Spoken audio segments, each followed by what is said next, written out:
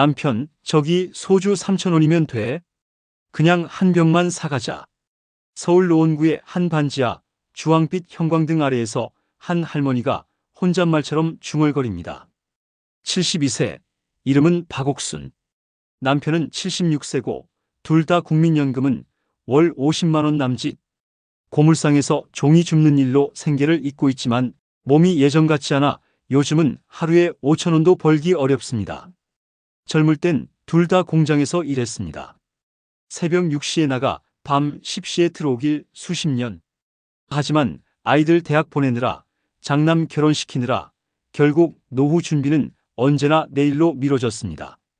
자식한테 손 안 벌리고 살고 싶다던 그 부부는 지금 고지서 앞에서 한숨만 쉽니다. 반대로 경기도 분당의 한 아파트, 같은 70대지만 윤 여사는 친구들과 주 2회 골프, 월 1회 여행을 다닙니다. 딱히 재벌은 아닙니다. 평범한 공무원 출신 부부였고 연금은 둘이 합쳐 월 250만 원.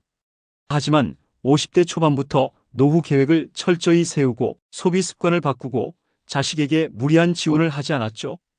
둘 다 똑같이 60대에 접어들었지만 누구는 매달 통장 잔고를 걱정하며 고물상으로 향하고 누구는 여생을 즐기며 건강과 여유를 챙깁니다. 대체 어디서부터 차이가 생긴 걸까요? 대한민국은 지금 노후 파산 시대에 진입했습니다. 놀라지 마세요. 실제 통계에 따르면 우리나라 노인 빈곤율은 OECD 1위입니다. 65세 이상 인구의 절반 가까이가 빈곤선 아래에 살고 있고 그 수치는 오히려 매년 증가 중입니다. 그런데 여기서 더 놀라운 건 이들 대부분이 가난해질 줄 몰랐다는 겁니다. 왜냐고요? 나 정도면 괜찮겠지. 집도 있고 자식도 있으니까. 연금도 좀 나올 테고 아프지만 않으면. 이런 생각들 때문입니다. 하지만 현실은 다릅니다. 연금은 생각보다 적고 집은 팔 수 없고 자식도 자기 살기 바쁩니다. 무엇보다 몸이 아프면 돈이 아니라 시간과 체력이 사라지죠. 그러다 보면 어느 날 통장 잔고 4만 원을 보며 이렇게 말하게 됩니다. 이 나이에 내가 왜 이렇게 살아야 해? 노후를 망치는 건 딱 5가지입니다. 그중 몇 가지는 지금도 당연히 하고 계실 겁니다. 이게 왜? 싶을 수도 있어요. 하지만 오늘 영상 끝까지 보시면 가난해질 수밖에 없는 이유가 분명하게 보이실 겁니다. 이건 남 얘기가 아닙니다. 지금 40대인 분들에게는 예고편, 지금 60대인 분들에게는 경고장, 이미 70대를 넘긴 분들에게는 되돌릴 수 있는 마지막 기회가 될 수 있습니다. 한 가지 예를 더 들어볼까요?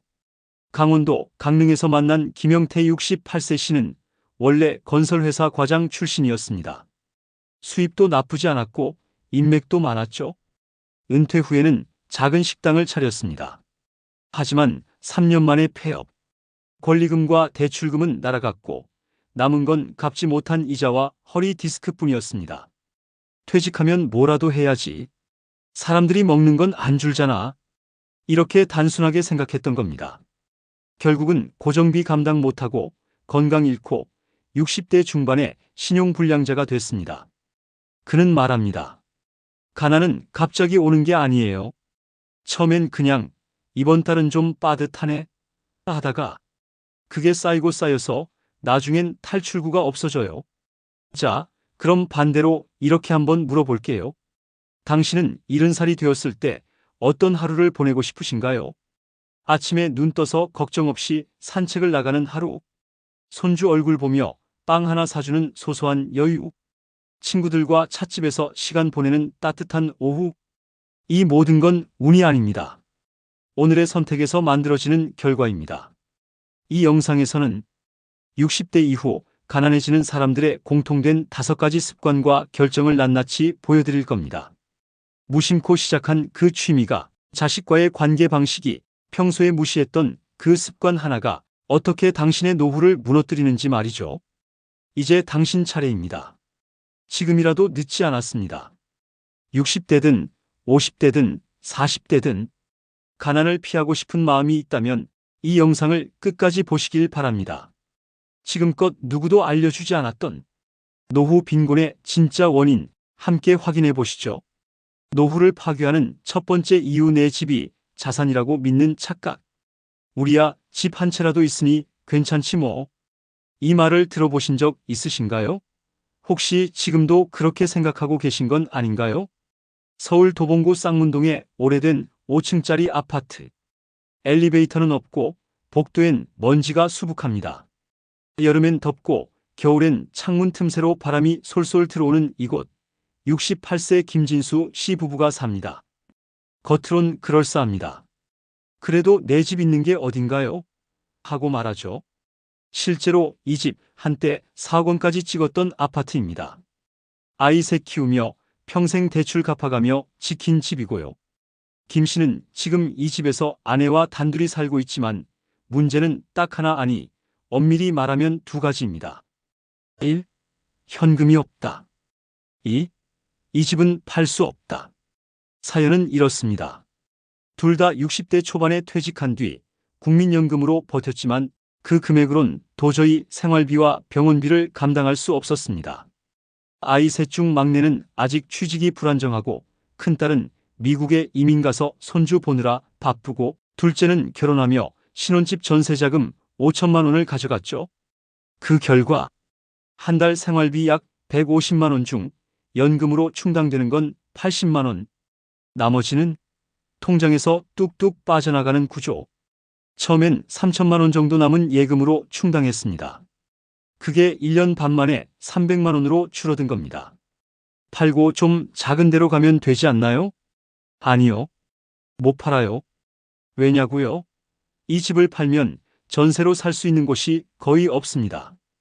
게다가 이 동네를 떠나면 병원도 멀고 친구도 없고 시장도 불편해지고 무엇보다 이 나이에 이사 자체가 엄청난 스트레스입니다.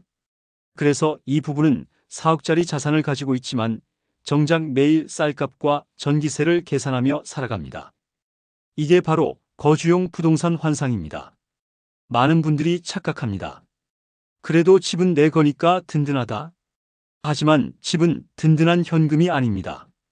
거주용 부동산은 쓰지도 못하고 팔기도 어렵고 세금은 오히려 늘고 수리비는 계속 생기고 나이가 들수록 가치가 줄어듭니다.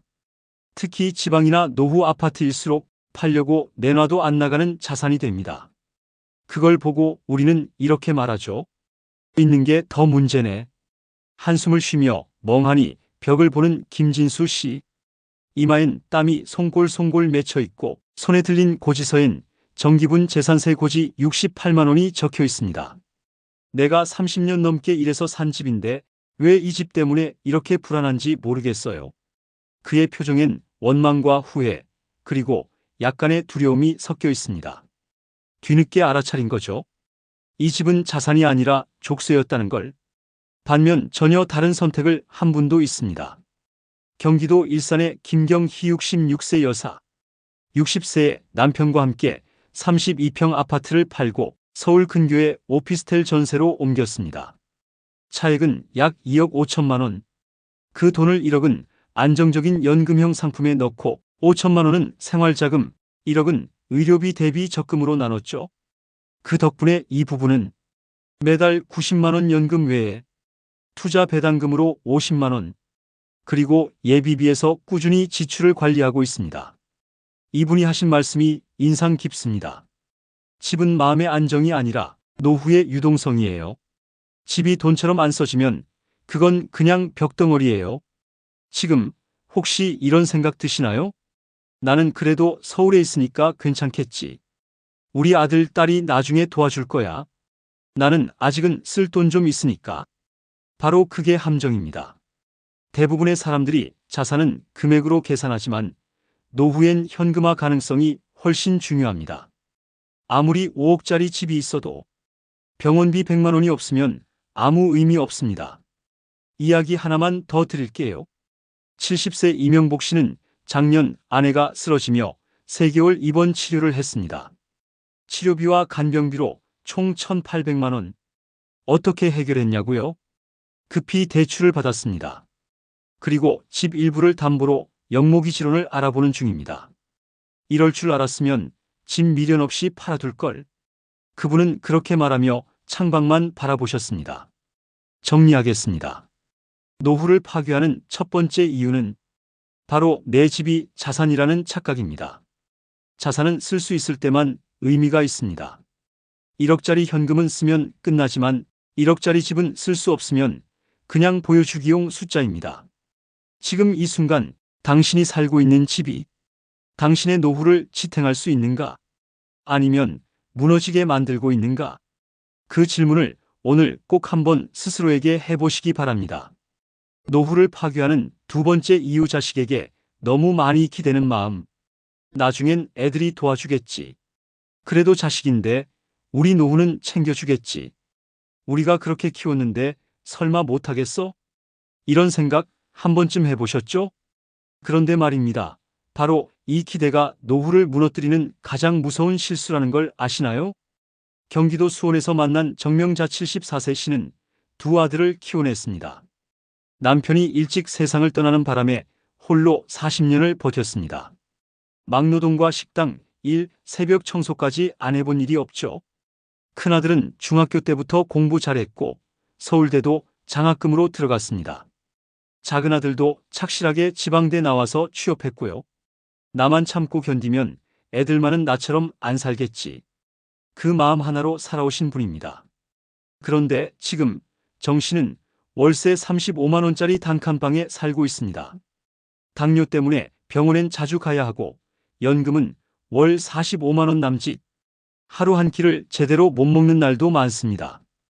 왜 이렇게 됐을까요? 아들 하나는 미국 갔고 하나는 마누라 눈치 보느라 못 도와줘요. 내가 젊었을 땐 다 퍼줬는데 말이죠. 그녀는 손에 쥔 오래된 구두솔로 낡은 운동화를 천천히 문지릅니다. 바닥엔 마른 국물 자국이 남아있고 구석에 쌓인 약봉투들이 눅눅하게 젖어 있습니다. 미안하다. 엄마가 이 꼴이네. 그 말은 아들에게 한 게 아닙니다. 혼잣말처럼 스스로에게 속삭인 거죠. 그녀는 결혼자금, 전세 보증금, 학원비, 자동차 할부까지 다 밀어줬습니다. 처음엔 아들들도 고마워했습니다. 하지만 시간이 지나자 점점 연락이 뜸해졌고 엄마는 괜찮지? 엄마는 생활비 좀 버티지? 하는 식으로 당연하게 기대하기 시작한 겁니다. 그 순간 정 씨의 마음속에 문 하나가 닫혔습니다. 이 아이들은 나를 위해 살지 않는다. 나는 이제 누구에게도 의지할 수 없다. 이야기 하나 더 드릴게요. 강원도 원주의 박성주 70세 씨는 전직 교사였습니다. 연금도 나오고 퇴직금도 있었지만 딸이 창업한다고 할 때 8천만 원을 빌려줬습니다. 절대 안 망한다는 말에 그래, 내 딸인데 도와줘야지 하고 보낸 거죠. 그런데 사업은 1년 반 만에 문 닫았습니다. 빚은 딸이 갚겠다고 했지만 아직도 절반밖에 못 갚았고 박 씨는 그 이후 치매에 걸린 아내의 간병비를 감당하느라 자신의 연금을 매달 반 이상 써야 했습니다. 가족끼리는 도와야지요. 근데 참 그게 내 노후를 갉아먹을 줄은 몰랐죠. 그는 말하며 눈을 감고 한참을 침묵했습니다. 밖에선 까치가 울고 창밖 바람에 커튼이 살랑였습니다. 손가락 끝은 마디마디 굳었고 입가엔 말하지 못한 슬픔이 묻어나 있었습니다. 여기서 중요한 건 이겁니다. 우리가 자식에게 기대는 건 죄가 아닙니다. 하지만 기대만 하는 삶은 매우 위험합니다. 왜냐고요? 자식은 우리의 미래를 책임질 수 있는 존재가 아니기 때문입니다. 그들도 자기 삶이 있고 결혼, 육아, 대출, 실직, 이직. 생각보다 인생은 변수가 많습니다. 우리가 예측할 수 없는 상황이 자식에게도 똑같이 닥치죠. 그리고 결국 부모님 죄송해요. 당장은 못 도와드려요. 이런 말이 나오면 부모는 실망과 배신감, 상실감, 자괴감까지 2배, 3배로 감정이 무너지게 됩니다. 반면 전혀 다른 선택을 한 사람도 있습니다. 충남 천안에 사는 윤금자육 17세 씨는 아들 둘에게 대학 졸업 후 독립을 선언했습니다. 이제부터 니들 삶이고 나는 내 노후 준비할 거다. 처음엔 서운해했지만 지금은 오히려 아들들이 더 자주 찾고 경제적으로 독립하며 부모에게 죄책감 없이 연락도 자주 합니다. 윤 씨는 퇴직금 일부를 정기예금과 월 배당 ETF로 나눴고 적은 생활비로 여유 있게 살아갑니다. 노후의 평화는 자식한테 기대지 않을 때 비로소 시작되더라고 말하죠. 이쯤에서 질문 하나 드려볼게요. 혹시 지금 이런 생각이 드시진 않나요? 그래도 애들밖에 없잖아. 나는 아이들한테 받으려고 키운 거 아니야. 근데 막상 급하면 걔들한테 손 벌릴 수밖에 없지. 그 생각 자체는 이해합니다. 정말요? 누구나 마지막에 기대고 싶은 건 가족이니까요. 하지만 기댈 곳을 만든 뒤에 기대는 것과 처음부터 자식을 보험처럼 생각하는 것은 완전히 다릅니다. 정리하겠습니다. 노후를 파괴하는 두 번째 이유는 바로 자식에게 너무 많이 기대는 마음입니다. 자식은 우리가 희망을 담아 키우는 존재이지 노후의 계획표에 넣어야 할 수입원이 아닙니다. 기대는 언제나 배신으로 끝납니다. 하지만 독립은 언제나 평화로 이어집니다. 자식과의 관계도 내 마음도 건강하게 지키고 싶다면 지금부터라도 기대 대신 준비를 선택하시길 바랍니다. 노후를 파괴하는 세 번째 이유 집 한 채에 올인한 인생. 서울 강동구의 한 재개발 구역.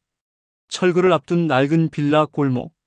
햇살이 반쯤 비스듬히 비치는 골목 끝에 박인철 68세 씨가 검은 비닐봉지를 들고 천천히 걸어 나옵니다. 이거 봐요. 이게 내 전부였어. 근데 이젠 남은 게 없네. 봉지 안엔 오래된 은색 식기 세트와 낡은 수첩, 그리고 통장이 몇 권. 그는 허리를 펴지 못한 채 바닥을 바라봅니다.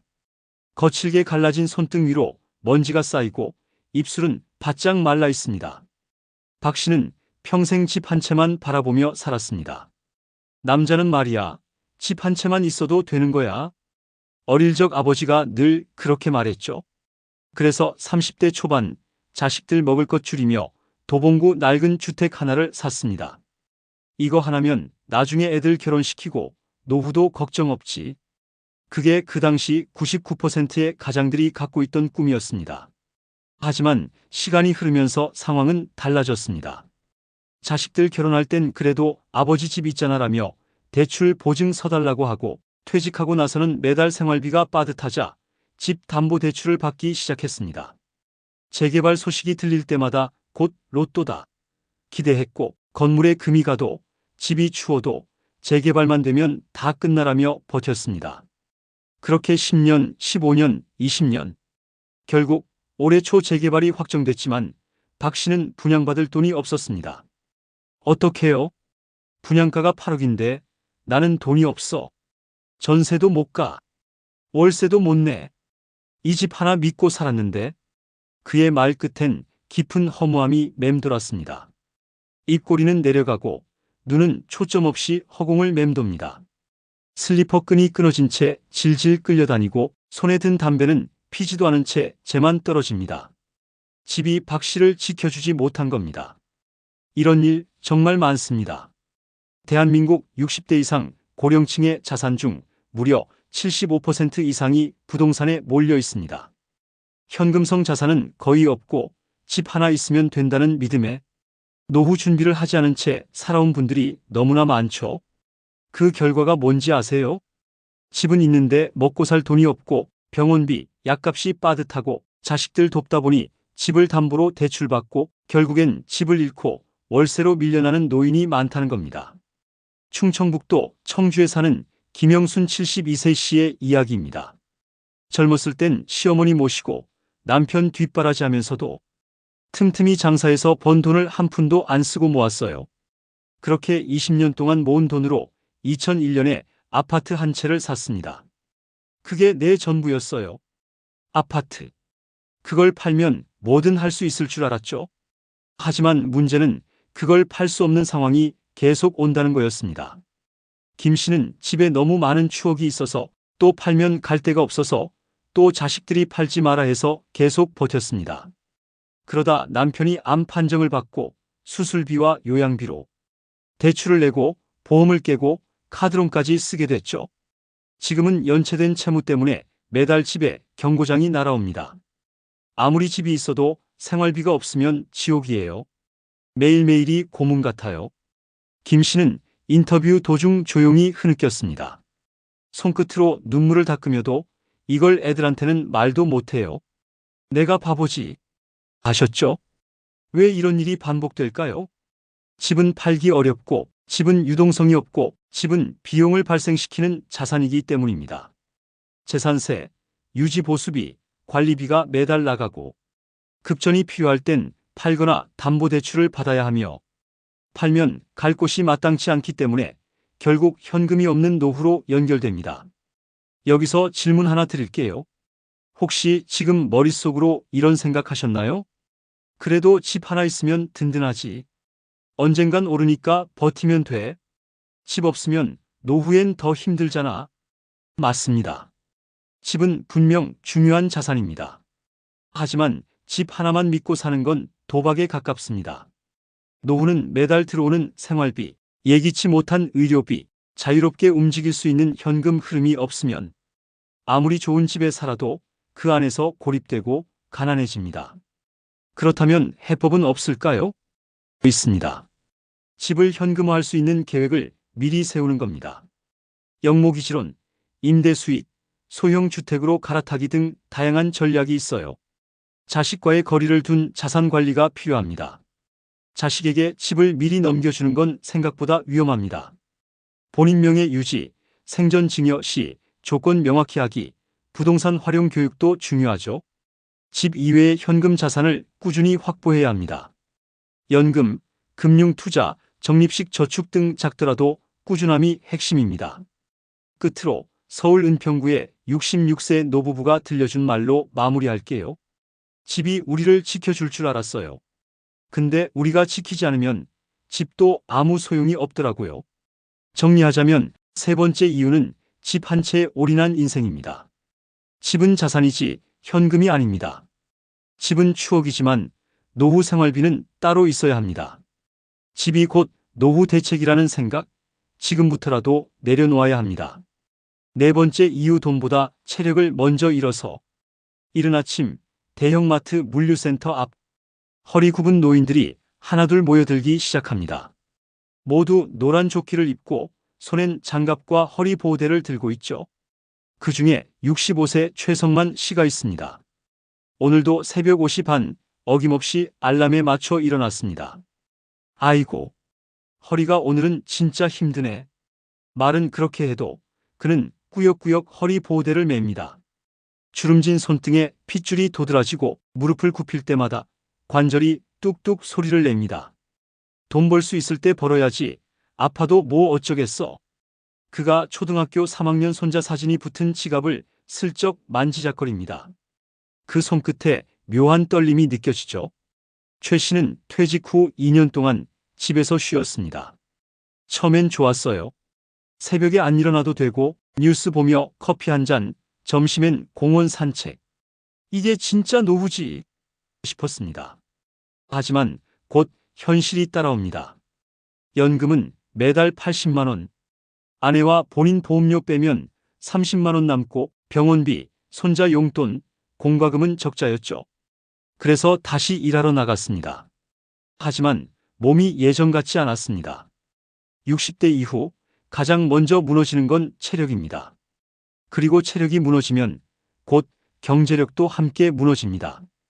왜냐면 체력이 없으면 일자리를 구하기 힘들고 일을 해도 오래 못 버티고 병원비가 생활비를 초과하게 되며 심리적으로도 나는 쓸모없는 사람이라는 자괴감이 들어 결국 의욕도 돈도 동시에 무너지게 되는 겁니다.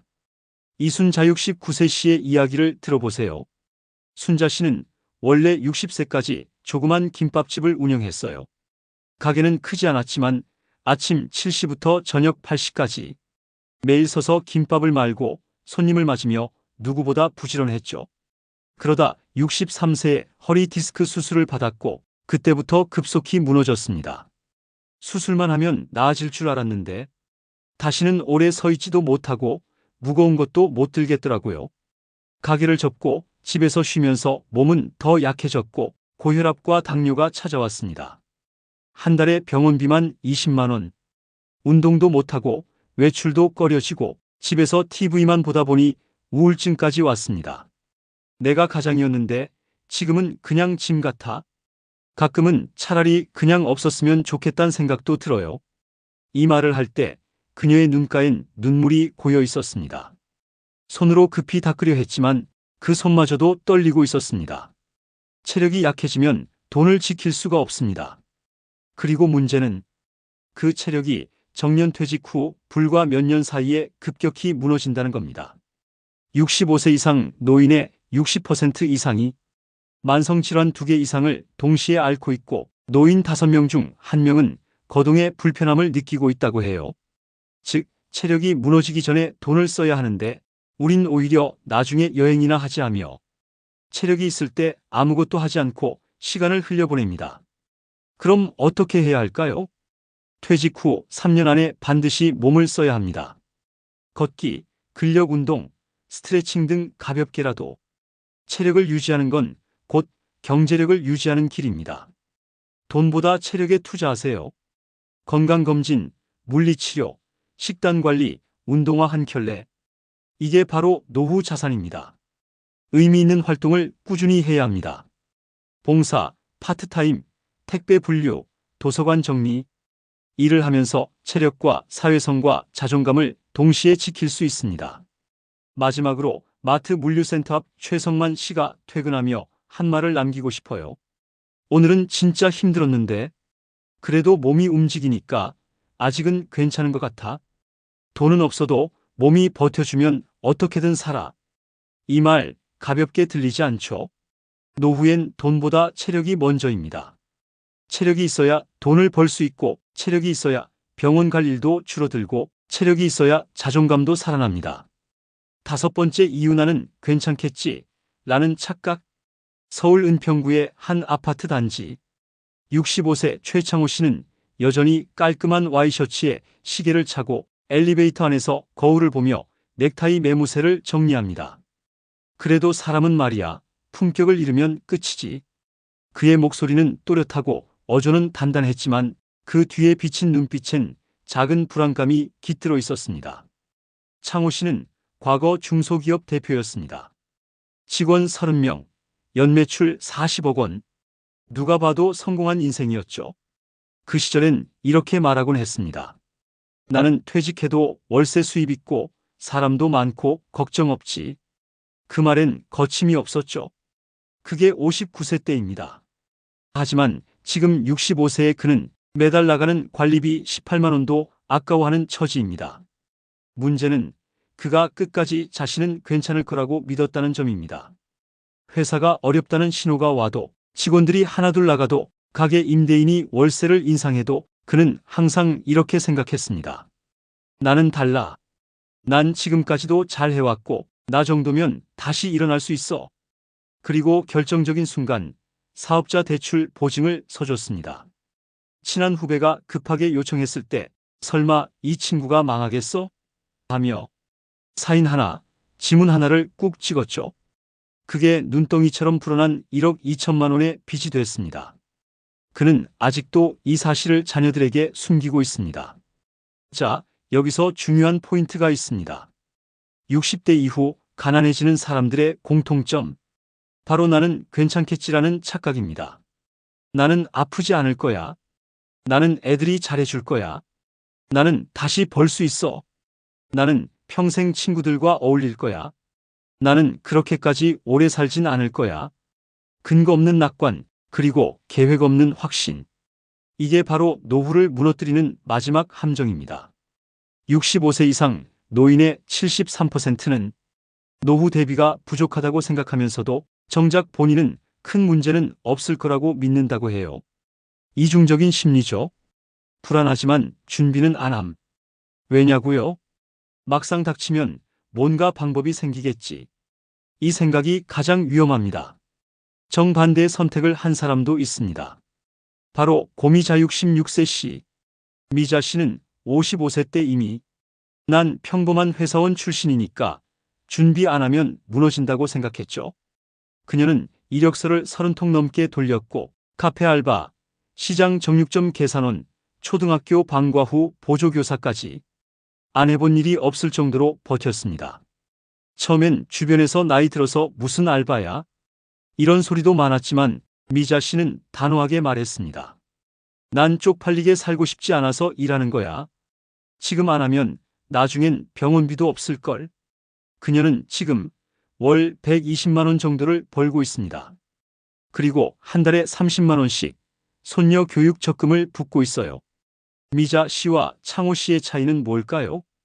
바로 나는 괜찮지 않을 수도 있다는 전제를 갖고 살았느냐입니다. 전자는 준비했고 후자는 믿었습니다. 전자는 불편함을 감수했고 후자는 자존심을 지켰습니다. 하지만 결과는 불편을 견딘 사람은 자존심을 지켰고 자존심만 지킨 사람은 결국 불편 속에 무너졌습니다. 60대 이후 우리는 마음속으로 이런 말들을 자주 되뇌죠. 나는 아직 젊은 편이야. 지금 가진 걸로도 충분하겠지. 우리 애들이 설마 나를 안 챙기겠어? 내가 지금까지 쌓은 인맥이 얼만데? 그럴수록 위험합니다. 이런 생각일수록 실제로는 아무 준비도 안 돼 있을 가능성이 큽니다. 이제는 이렇게 생각해 보세요. 나는 병에 걸릴 수 있다. 나는 90살까지 살 수도 있다. 나는 아이들이 힘들어지면 못 도와줄 수도 있다. 나는 은퇴 후 소득이 0원이 될 수도 있다. 나는 친구들이 하나둘 떠날 수도 있다. 이 가능성을 전제로 두면 지금부터 할 일이 명확해집니다. 건강관리, 소득 마련, 대출 정리, 관계 정비, 거주지 정리. 지금 불편해도 나중엔 편해집니다. 다시 최창호 씨 이야기로 돌아가 볼까요? 그는 최근 단칸방으로 이사를 했습니다. 시계도 팔고 양복도 다 정리했죠. 그리고 동네 작은 도서관에서 실버 독서 봉사단 활동을 시작했습니다. 책을 소리내어 읽어주는 봉사예요. 처음엔 창피했지만 지금은 이렇게 말합니다. 내가 누군가에게 도움이 될 수 있다는 게 참 고맙더라고요. 그의 표정엔 오랜만에 따뜻한 미소가 피었습니다. 넥타이는 사라졌지만 대신 진짜 품격이 생긴 것 같았습니다. 나는 괜찮겠지란 말 대신 나는 대비해야지라고 생각하는 순간 당신의 노후는 달라집니다. 1. 내 집 마련에 올인한 인생. 홍길동 씨는 60대 초반 인생에서 가장 큰 결정을 내렸습니다. 자신의 집 한 채에 모든 자산을 투입한 것입니다. 초기에는 월세가 전혀 없으니 마음이 편했지만 갑작스럽게 찾아온 건강 문제와 기대 이하의 연금으로 인해 그의 노후는 위태로워졌습니다. 집을 팔지 않으면 고립되고 팔면 전세로 나가야 하는 상황이 왔습니다. 길동 씨는 내 집에 대한 지나친 집착이 결국 그를 무너뜨린 이유라고 말합니다. 2. 자녀에게 의지한 노후. 이순자 씨는 60대 후반 자녀들에게 의지하며 살아왔습니다. 자녀들이 잘 될 거야라는 믿음이 자녀에게 물질적 정서적 부담을 지우는 형태로 이어졌습니다. 그런데 자녀가 갑작스럽게 이혼을 하거나 경제적으로 어려워지자 자신의 노후를 더 이상 유지할 수 없게 된 사실을 깨달았습니다. 이순자 씨는 자녀에게 의지하는 게 아닌 자신의 힘으로 살아가는 법을 찾는 것이 중요했음을 절실히 느꼈습니다. 3. 돈보다 체력을 먼저 잃은 인생. 최성만 씨는 60대 초반까지 자신의 체력에 과신하고 돈을 모은 후에는 무리한 일을 계속해왔습니다. 하지만 건강은 무너졌고 몸이 점점 말라가는 동안 경제적 압박이 시작되었습니다. 결국 그의 일자리는 끊어졌고 병원비와 생활비의 압박 속에서 갈 곳을 잃었습니다. 그는 이제 체력의 중요성을 깨닫고 더 이상 무리하지 않기로 다짐했습니다. 4. 나는 괜찮겠지라는 착각에 빠진 인생. 최창호 씨는 사업에서 나는 괜찮겠지라는 마음으로 살아왔습니다. 그는 퇴직 후 자신이 충분히 관리할 수 있을 거라고 믿었지만 사업 실패와 보증 문제가 겹치면서 그가 겪은 어려움은 예상보다 훨씬 컸습니다. 그는 이제 예상하지 못한 일이 일어날 수 있다는 사실을 받아들이며 노후 준비를 철저히 시작해야 한다는 교훈을 얻었습니다. 60대, 70대가 되어 노후를 맞이하면서 우리에게 닥치는 가장 큰 도전은 자신의 잘못된 선택들이 만들어낸 현실과 직면하는 것입니다. 우리는 종종 너무 늦게 깨닫습니다. 내가 좀 더 준비했더라면, 내가 좀 더 신중했더라면이라고 후회하게 되죠. 하지만 이제부터라도 우리는 늦지 않았습니다. 내 집 한 채에 올인한 인생이라도 아직 재정적 안정감을 회복할 수 있는 방법이 있을지 모릅니다. 자녀에게 의지한 노후라도 자신만의 생활 방식을 구축하는 방법이 있을 수 있습니다. 체력을 잃은 사람이라도 지금부터라도 건강을 돌보며 다시 시작할 수 있습니다. 나는 괜찮겠지라는 착각에 빠진 인생이라도 지금부터라도 현실을 직시하고 준비할 수 있습니다. 우리는 언제나 변화할 수 있습니다. 그리고 그 변화는 결코 하루아침에 이루어지지 않습니다. 하나씩 천천히 준비하고 계획하며 실천해 나가는 것이 중요합니다. 지금 당장 우리는 다시 시작할 수 있습니다. 60대 이후 가난해지는 5가지 이유를 되새기며 자신의 노후를 한 단계씩 준비해 나가세요. 단순히 미래를 대비하는 것이 아닌 현재의 삶을 더 알차고 가치 있게 만들기 위해서입니다. 이로써 60대 이후 가난해지는 5가지 이유는 모두 마무리되었습니다. 시청자 여러분, 이 영상을 통해 조금이라도 자신의 노후를 돌아보는 계기가 되셨기를 바랍니다. 지금부터라도 준비하세요. 더 나은 내일을 위해 오늘부터 하나씩 준비해 나가세요.